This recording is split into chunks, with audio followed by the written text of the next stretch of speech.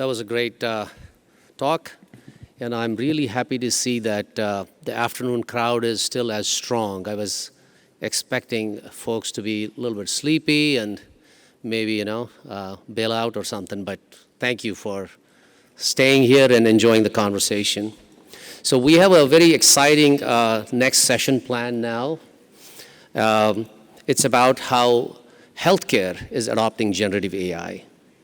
And moderating this discussion is Ryan King, who heads the partner ecosystem at Red Hat.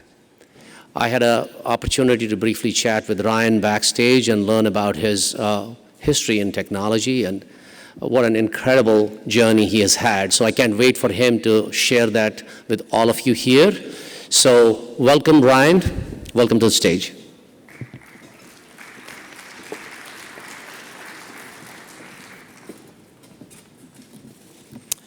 Hello, everyone. Good afternoon, and welcome back to the keynote here. We are going to be having a fireside chat, so thankfully they're going to be putting the chairs out here for us. So the warm intro I got, they talked a little about my history and my journey, and so I'm going to try to capture that quickly, but I want to bring it back to the conversation at hand around healthcare and transformation of healthcare through AI. So for 20 plus years, my personal mission has been around taking transformational technology and driving that through the ecosystem into the enterprise. And I work at Red Hat, and many of you may know Red Hat from our contributions to Linux and taking Linux into the enterprise and into the hybrid cloud, or more recently what we've been doing with OpenShift around Kubernetes and bringing cluster computing and AI DevOps to the enterprise. Next week, at Red Hat Summit, we're going to be talking a lot about OpenShift AI, which is where we're going to be taking what we did for DevOps and bringing that to MLOps. And so really making pipelines of AI applications that easy for customers and companies and entrepreneurs to take from concept into reality and into production. So I hope many of you will see you next week at Red Hat Summit in Denver. Personal reflection here and watching Jensen this morning, an amazing speaker.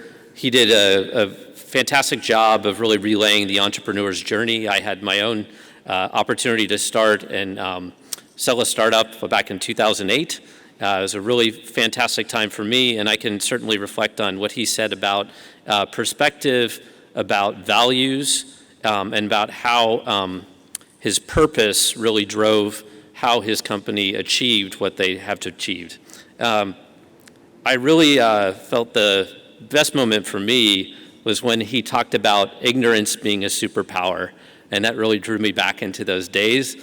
And I'll say if ignorance is a superpower, I'm Clark Kent. I've been watching this for a while. I worked in a fab at AMD back in the 90s. I worked at Intel and went through the 64-bit transformation. I was there for 10 years. And working at Red Hat, I've been fortunate to be very close to these technology transformations as they happen. And as Jensen spoke to accelerated computing, I've really watched that lane closely. And so personally, what I saw, the AI revolution was starting to take place as I saw deep learning back in the 2015 to 2017 era. And I was personally the champion of NVIDIA at Red Hat. And I saw that accelerated computing space, and I knew that Red Hat had a very close partnership with NVIDIA. And so I grabbed our corp dev people, I marched them down to the Santa Clara campus, and I bootstrapped the relationship that we have with NVIDIA today. And you're going to hear great things about that coming up next week at Red Hat Summit. But we're here now. And so if I look at what was done this morning was about technology transformation and a journey, and I look at what's happening tomorrow, which is we're going to have Warner Thomas, who is the CEO of Sutter Health, speaking. It's good bookends for kind of where we're at with the AI revolution. And so I think everybody in this audience looks at healthcare and says, how can we take that technology that is AI and what we're seeing come out of all this amazing innovation that's happening and around OpenAI and all the different things with generative AI and LLM, how can we bring that into people's lives and into production? And so if we look at Jensen and Warner, we sit in the middle of like, what are the pilots and proof of concepts that are happening right now to make that a reality. So I'll take one more step back and remember what I heard sitting at Jensen's keynote 3 weeks ago. I was fortunate enough to sit next to his brother. And we had a little side conversation about, what does he find interesting about NVIDIA? What does he find interesting about where AI is at? And he centered in on one thing. He said, I think the most impactful thing for AI is going to be in the healthcare space. And so for me, it's really interesting I have this opportunity to take that conversation, that revolution of technology, my history, and now come and sit with two luminaries in the healthcare space and talk about the practical application of generative AI in the most intimate of spaces, the relationship between a doctor and a patient. And so with that, I would like to welcome to the stage Laura Wilt, who is the Chief Digital Officer at Sutter Health. Laura, would you mind joining me on stage?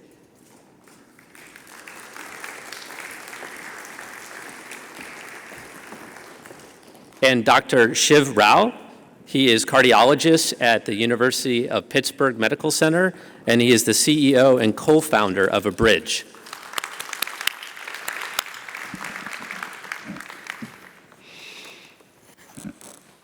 All right, why don't we kick things off?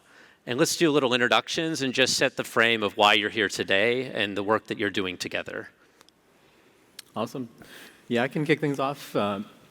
Some founder CEO of a company called Abridge, and really everything that we're about is based on the thesis that when you think about it, in healthcare and healthcare delivery specifically, it's really all about people who are having conversations. And those conversations could be happening in person like this, they could be happening over the phone, over telemedicine. And what we do is we structure and summarize all the information that's exchanged in those conversations to bring people closer together. And I'm sure we'll get at the sort of journey for a startup, but one of the incredibly exciting moments for us right now is that we're creating impact at scale. And we've had this privilege of being able to partner with Laura and Sutter, and now we're starting to deploy our technology across the health system. So it's a wild moment. I think that's what the focus for this whole conference is probably about, is just this incredible moment around generative AI. Hello, everyone. I'm Laura Wilt. I'm the Chief Digital Officer for Sutter Health. I've been there about 14 months, and before that was at a health system in New Orleans as well. I think one of the reasons I'm so excited to talk about this specific topic is because of that people connection, and that's what I think technology can do, AI can do. The purpose is to really help us connect together as people, and super excited about how AI will help us do that, and specifically how Abridge has already started doing that for us at Sutter. So if we could connect the two concepts here and talk about specifically the project you're working together, like how does it bring value to the doctor-patient relationship? Yeah, so when, a little bit about me. So prior to this, I was an executive at a large health system in Pennsylvania called UPMC, and I got to lead the provider-facing portfolio of technology investments there. And in that capacity, had this opportunity to also deploy capital into Carnegie Mellon. We started a machine learning and health program, and it's factored up heavily into this new life at Abridge because we have a free-flowing pipeline of world-class talent that leaves Carnegie Mellon and joins us, like our Chief Technology Science Officer. A couple lifetimes ago, I went to Carnegie Mellon, in the middle became a cardiologist. And I still see patients from time to time. This last weekend, I was on call. And after every single patient that I would see in the hospital, I would always be mindful, I'm hyper-cognizant anymore, that there's like three masters, if you will, that I'm looking to serve afterwards. There's three constituents, stakeholders, for every encounter. I'm writing a note so other clinicians can understand my thought process. What was I thinking? What was the differential diagnosis in my head? Or what's the care plan that I'm recommending for a patient? There's a second constituent, everybody who's trying to keep the lights on for the hospital, the revenue cycle folks. So whether it's coding in the value-based world, HCCs, they call them, for PCPs, or if it's around ICDs and CPTs, another type of code that helps us bill in the healthcare system. I also have to be mindful of all the auditors who are going to read my notes and make sure that whatever I've written can support, what they're charging for. And then finally, there's the most important constituent, there's the patient. And they can go on the portal, my patient, and as is their right, they can read my note, and they might see a term like transcatheter aortic valvuloplasty. And then understandably, I'm going to get inbox messages, I'm going to get phone calls, and folks are going to call me asking, what did you mean by that? And you never said that word, and can you unpack that for me? And I think, as you can imagine, it's an impossible task to serve all three constituents with one artifact. And that's where generative AI turns into this incredibly powerful, effective hammer that can essentially do what we call style transfer. It can create that note, that artifact for communication with the care team. It can also create structured data that can help with revenue cycle to keep the lights on. And in many ways, most importantly, it can create an artifact that helps patients and their family members better understand, but also better follow through. So we have a lot of entrepreneurs here, and so you're doing a project together. Could we give them just some idea of the size of the project, the involvement, numbers, that sort of thing? And if you could draw that out to like kind of generally where you're working with other projects with Abridge. Yeah, I can maybe give folks a sort of high-level sense of this moment right now in the marketplace. So it's historic, and I think we were chatting about this earlier over lunch, that many of us believe that healthcare is where some of the most profound impact is going to be created with AI. And what I don't think any of us anticipated was how quickly that impact would start to get created, start to get realized. I feel like the last 18 months has been a tornado, and it's been two tailwinds that have sort of created a tornado. One is that 2 out of 5 doctors don't want to see patients in the next 2 to 3 years per some surveys, that over 60% of clinicians say they are burned out. That I read a statistic recently, and I need to fact check it, that 60% of medical students don't want to see patients when they graduate from medical school, which is like mind-blowing, right? So we have a public health emergency. We need to find a way to unburden clinicians to do what they went to medical school or nursing school to do, which was build relationships, get that sense of fulfillment from helping people. And so that challenge, while maybe you could argue that it'd been lip service for decades, it turned into this existential sort of crisis for the healthcare delivery system. At the same time that generative AI started to turn into like a household phrase that all of us sort of understand on some level, thanks to ChatGPT. And so it's those two tailwinds that I think have created this incredibly historic moment where even over the last 4 weeks, at Abridge, we've had the privilege of partnering, but also integrating with over about a dozen large health systems. And so those are deep integrations where we're now getting into workflows at scale. So at this point, we have tens of thousands of clinicians across the country who are using Abridge. We are also generating summaries that can help patients better understand and follow through at a much larger kind of order of magnitude. And we're going so quickly, and I think that's one of the things that's been so exciting with Laura, what we've been able to do together, because I think it took like 3 weeks, right? Yeah, that's right. For us to stand that up, and like that's historic in and of itself. Absolutely. Yeah, thank you, and we're just so excited. I think hasn't been this much excitement around a specific project for technology, at least since I've been in healthcare for our physicians. There's some things that maybe a couple people are interested in, but it's harder to get it at scale. Whereas the idea that you can have a conversation, that the generative AI can help you do the documentation that you're required to do, and then it can help translate it to all those constituents that you mentioned, is just something everyone's so excited about. So we just went live 3 weeks ago, not even quite, and it took us only 3 weeks to get live. So we started in sort of mid-March, went live in mid-April, and now we have over 100 physicians and advanced practice clinicians across all of our specialties, all of our markets that are using Abridge today. I think that's amazing. Thank you. Let's take it back to the principles of it and talk about how this augments how the doctor-physician does their job. Could you maybe talk a little bit about that? Yeah. Maybe good to like sort of level set on exactly how we're using generative AI. So in healthcare especially, any number, like all of us who are in healthcare in this room are probably familiar with AI systems that might generate more simple structured outputs, like say a number, a length of stay predictor, or a category, so computer vision sorts of models that predict whether or not a nodule on a CT scan is malignant or benign.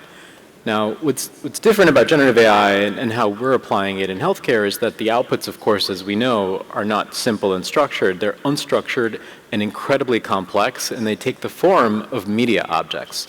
So if that media object is a note, or a document or a book, that's sort of the world that we live in, but the media object could also be sound. It could be video. It could be a picture.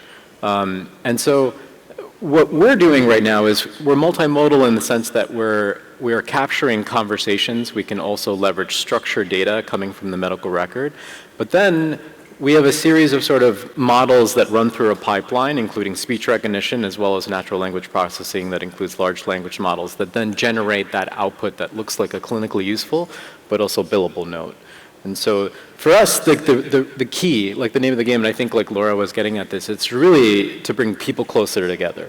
And it's eye contact. It's people feeling more present. It's cognitive burden going down. It's patients feeling like they're getting a better experience as well from their clinician. And I think it's really enhancing the clinician and the physician's able to do that interaction. And then also, they can reduce the amount of time they're spending sort of after the in-person visit doing some administrative tasks. So it's really about like, how can we help our physicians, our clinicians to be able to do that work that they went to school to do, that's what they want to do, not paperwork. Excellent. If we were to think about, this from, I'm an infrastructure guy, I'm a technology guy, so what does this take to implement? Are you deploying servers, applications on servers as part of in the cloud? Like many technologists here, they probably want to know how it runs behind the scenes. Yeah. Well, I'd say like there's like very many different phenotypes of AI company out there right now, and in some ways, every company needs to be an AI company on some level anymore because every company can probably leverage one of these models, some of this technology to assist, augment, or maybe even automate some process within their system. The floor is higher than ever before in 2024. There's no question about it. There's off-the-shelf APIs that any of us can leverage, for example, like GPT. And at the same time, I think there's a phenotype of company that's going deeper in the stack to train their own models that might live beside those more power tool oriented, trained off the internet models. But those sorts of companies, some people define as AI native or AI first companies. So what that means for us, and I know Jensen was here earlier and NVIDIA is one of our investors, it means that we're training models on our own systems, with our own GPUs. That can be expensive, that can take a lot of time. It really involves a couple very scarce resources: proprietary data sets, world-class people, and access to compute.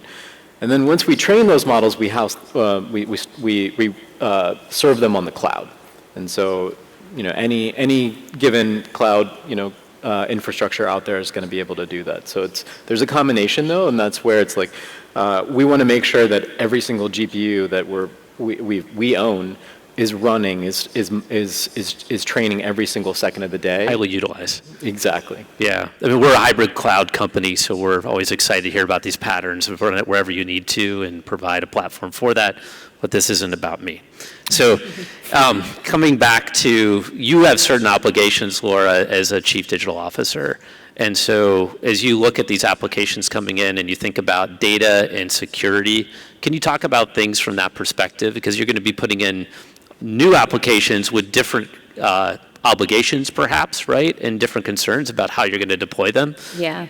I think it's almost, specifically in healthcare, but I feel like this probably extends across industries now, which is it's a gating factor. If you are not really, really clear on how you're protecting the data, on how you're protecting cyber security protections are in place. If you don't have that, then it's almost like we can't really even continue to go forward, because that's the expectation for where we are today. After that, we can talk about a lot of different things in healthcare, like de-identified PHI and what does that look like. But that, I find, people who work in healthcare are really used to that, especially when you get a chance to work with physicians who live that and learn that every day. But I would sort of say it's a gating factor for me. If you don't have, if your business isn't very focused on data and cybersecurity, it's probably not going to go forward in conversations, especially in healthcare right now. So coming back to the value side of this, in researching and understanding your world, right, I learned about this kind of three-party relationship that exists between the patient, the physician, and the provider network. So what I'd really like to know is, like, how does generative AI help bridge that scenario? And if you could talk maybe a little bit about, like, how that plays out personally in interactions with patients. Well, over 85% of the data in healthcare is unstructured. And I think that's one of the reasons why this moment is so exciting, where we're all as an industry trying to figure out how we can leverage large language models, for example, in healthcare to assist, augment, and maybe even automate workflows. I frequently go back to a 2x2 that we reference inside the company to sort of think through use cases. Imagine on the x-axis you have like the stakes for a clinical decision or a workflow, and then on the y-axis you have the frequency of that workflow. So in the top right quadrant, you'd have high frequency, high stakes workflows. That's probably in healthcare an opportunity to at best assist. On the flip though, you think about those high frequency, low stakes workflows. Those are the workflows where we're going to find a lot of low hanging fruit. They're probably going to be more clerical in nature, maybe even back office. And any number of those workflows we're probably even going to be able to automate. So in terms of serving three constituents, if you will, as a clinician, one of those constituents could be revenue cycle, in which case there's a lot of structured data, and we can shoot to actually maybe try to automate some of those workflows. Another constituent could be other clinicians, and it could be around the clinical note. And certainly there's always that expert in the loop who needs to trust and verify the output. But what are we really doing? We're assisting. And so I think that as we're sort of getting into the middle innings of generative AI in healthcare already, it feels like in like record fashion over the last year, we're going to start to take shots on goal on that, that riskier side of that 2x2. But certainly as a company, Abridge is fully focused on the clerical side of it. What I find interesting is you talk about different, parties and how generative AI can help translate between them, right, and contextualize things that are augmented or automated, for instance. But bringing it back to the interaction between the patient and doctor, I think, Laura, you talked a little bit about what this means for multi-language communication even. Yeah, like literal translation too. Abridge is in multiple languages, and we just heard a story from one of our physicians who had an entire visit in Mandarin with their patient, and then it was such a relief to them, and such a change of how they used to have to document. They could sort of turn around after the visit was over with the patient, and their note was, started in English, which is how they needed to do their documentation, and they were sold from that point on. It's fantastic. Personally, when I think about it, we have a rule in our family, which is like if you have to go have a serious conversation with a doctor, somebody has to sit next to you. Because I think we've all experienced this when you're getting that information. You have a bit of amnesia when you walk out of the room. I mean, personally, when they're telling me anything that's really serious, all I hear is like Charlie Brown's teacher. So that person sitting next to me, or sometimes when I'm that person, it's my responsibility to make sure I remember what that doctor said and ask the questions, because sometimes you just receive the information, you forget to make it a dialogue. And what I find most interesting about generative AI in this space is that the application can have a dialogue, and it can also act as that person that would sit alongside of you. So I think, like, you talked a little bit about like the administrative relief it could be for a doctor. Could you talk about what that means, like practically for a physician? Yeah, and for those who work in healthcare, you've probably heard the term pajama time. It's the time that we try to limit that happens after our physicians are seeing patients, whether it's in the hospital or in the clinic, and the time that they have to spend doing work afterwards. And typically it's at home. It's at the end of the day, maybe they're responding to messages, or maybe they're writing notes or something like that. And so it's something that we've been really focused on, I would say, in healthcare in general, but specifically at Sutter, for how we can limit that amount of pajama time. And we believe, and I think you have data that has shown that Abridge has really been able to limit the amount of pajama time that our physicians are spending.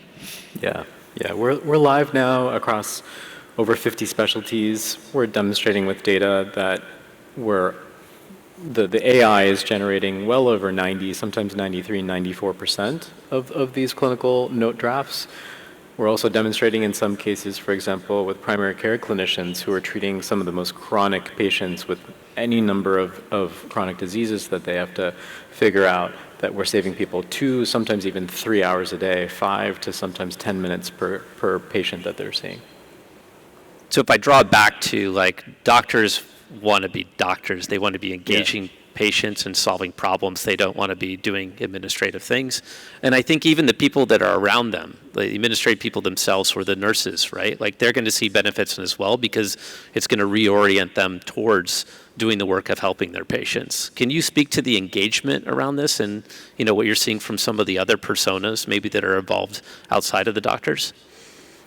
I can at least start with patients, I think. The patients who've been able to engage with their physician, they really talk about how it's a different experience than the ones that they've had over the last few years. I mean, I think we can all imagine a scenario visiting with any number of types of people, but in this case with a physician where they have a schedule they're trying to keep up, they have a certain amount of time, and then as a patient, you want to ask all of your questions. Oh, but also, I know I'm here for my knee, but what about my shoulder hurts too? Or I also have this cough. Or what I do is say, also, can you look at one of my children's ears or something? It's just add on. So you can imagine the amount of time that you get to spend having that conversation and not having to do some of the other things. I think from a patient perspective, it's incredible. And this is some of the same feedback you're getting as well? Yeah, definitely. And there's good research published out of Dartmouth, for example, that suggests that patients forget up to 80% sometimes of what a clinician might tell them, especially if they're getting a new diagnosis. And so if people can't even remember, then how can we expect any of ourselves to understand, much less follow through? And so the ability to sort of thread the needle through the people who matter most in healthcare delivery, certainly the patient, the family member at the center, but then the care teams around them, and create summaries that actually help both sides, because they need to look very different. For example, on the patient side of the room, that summary that you probably want to take home might actually reflect a metaphor that your clinician shared with you to help you understand how the heart's kind of like a house, and if you have heart failure, it's sort of like the water pump doesn't work. Or maybe there was some moment of empathy or a moment of invoking your family member when you were encouraged to take a medication. Those are the moments that you probably want captured in that summary, along with the more rote moments around your next diagnostic and therapeutic steps. And so absolutely. I think that there's a huge opportunity with this technology to create this kumbaya moment for both sides, where it's an absolute win-win. So you're an entrepreneur, you got engaged with Sutter Health, like every entrepreneur in here is how do we get engaged with our customers, our first set of customers? Can you speak a little bit to your journey and kind of maybe how you got engaged with Sutter, or what has been your process to kind of get pilots rolling with your customer base? Yeah. Well, it takes time, and it takes time to build trust. And I think at the end of the day, it really is all about building relationships and building trust with people. And it's amazing, how much I learn that lesson every single day.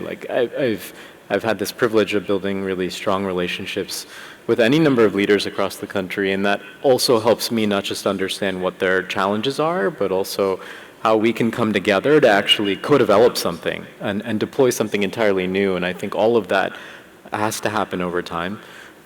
in the company, sometimes we break down trust into these three components, that trust is some combination of transparency, reliability, and credibility. And I think that should extend probably into personal relationships. But even from a technological perspective, we publish peer-reviewed papers. You know, we've published more peer-reviewed computer science papers on how to use transformers, the T and GPT, on our specific challenge. We take a lot of pride in that. But I think that transparency also builds trust. And similarly, we want to build transparency into the product user experience as well. And so you can highlight any part of these generated outputs that we put in front of clinicians, and our technology will show them where the evidence came from. And that linked evidence, as we call it, also can sort of build an auditability that is useful to build trust, not only for the end user, but also for the stakeholder. Yeah, I completely agree. It really starts and ends with trust and building those relationships.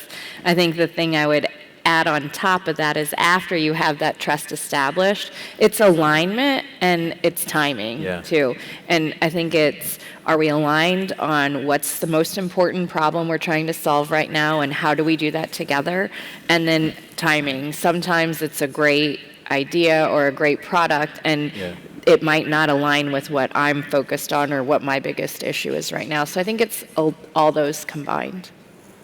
Fantastic. So I'd like some final thoughts. I'd like to know if you have any recommendations to the audience or particular call-outs like you like to give to the broader community here. We've got, champions of industry. We have, entrepreneurs, and we just have a lot of people that are, going to say, as we heard earlier, I'm going to go run a marathon. How hard could it be? So maybe Shiv and then Laura, if you could give some final thoughts here as we conclude. Yeah, from the entrepreneurial side of things, I think back to a mentor that I had as a cardiologist who told me that I should continually re-anchor myself on three things: purpose, perspective, and gratitude. Go to bed every night grateful for the day, but wake up hungry for the next moment. And there's a lot to that, and I think I continually come back to that. I think from the standpoint of purpose, when we first started the company, we used to joke that all of us on the founding team needed to be like hope camels. One drop of hope needed to get us through a desert. And when you're especially starting as an R&D company, we started in March of 2018, just a few months after Attention Is All You Need was published by Google Research, one of the first papers that really spread the word about this new type of model called a transformer, the T and GPT. It was this bet that we were placing on ourselves, and I was surrounded by people way smarter than myself, and we were making this collective bet, though, that we could be leaders in this new set of innings around transformers in healthcare. So it's a big bet, and I'd say the thing I'm most grateful for is the people, and I think it's people like Laura, it's partners, but it's also the people in the company, and that I think is the source of those drops of hope over time. And at some point, if you're lucky and if timing works out, then things can start to inflect. I'll just add on top of that, I think it is about the people. That's kind of how we started, which is how can technology, innovations, AI help us connect more?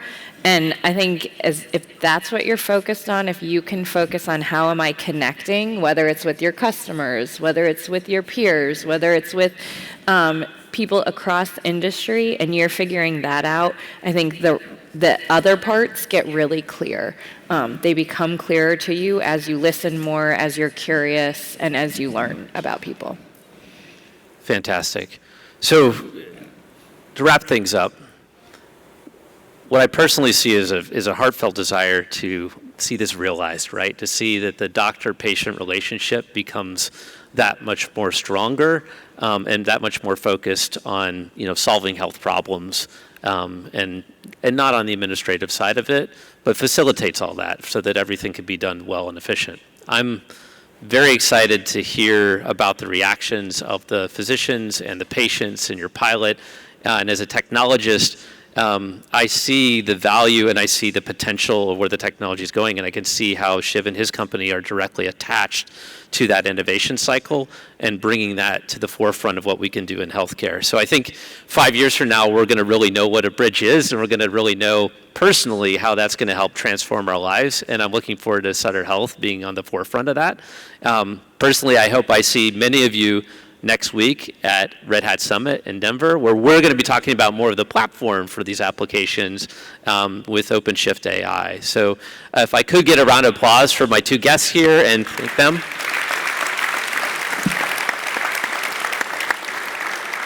And thank you all. Thank you. Thank you.